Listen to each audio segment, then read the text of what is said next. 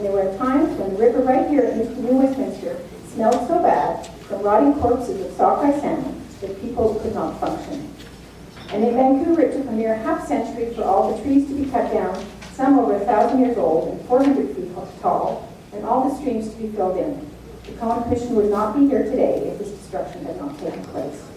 That was then, and this is now. However, I've also learned that at present we are continuing to make mistakes of our forefathers. I have learned that we still remove too much gravel from the Fraser River for construction and questionable flood control measures.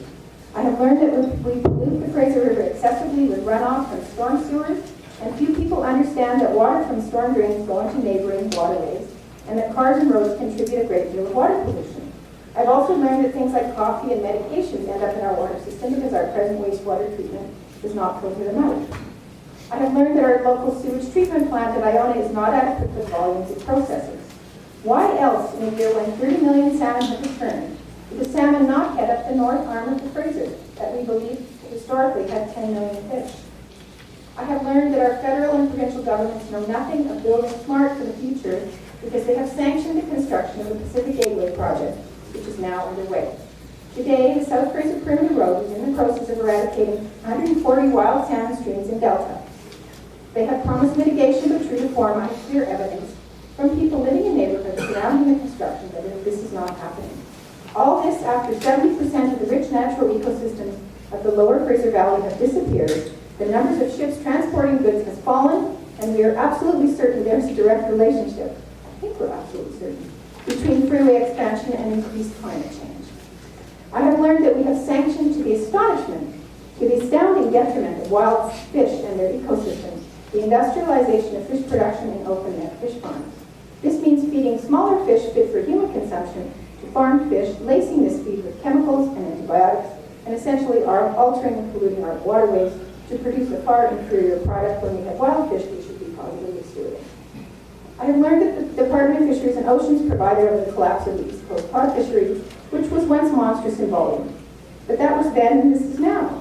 However, our present fisheries minister this year was moved to vote against a bluefin tuna ban to support a few hundred jobs in her home province of Prince Edward Island.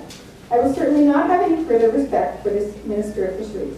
She is a Minister for Human Employment, even if that employment threatens an almost extinct fish. She clearly does not have enough imagination to conceive of a world in which people do not continually catch threatened fish species in order to have employment.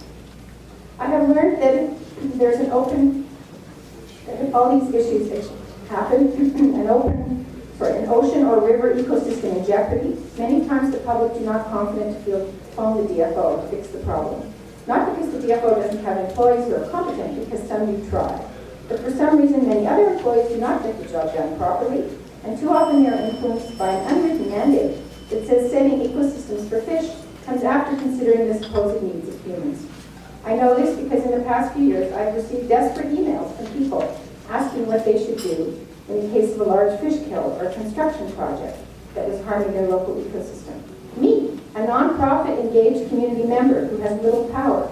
By the way, I received just one email, such an email a few days ago with regard to the management of a salmon stream along the construction of the South Fraser Perimeter Road. I have learned that as far as forage fishery is concerned on Vancouver beaches, DFO has seen fit to offer a license of 90 square feet net to any of the public, even if they are 5 years old, even though the forage fish are in steady decline and they provide food for larger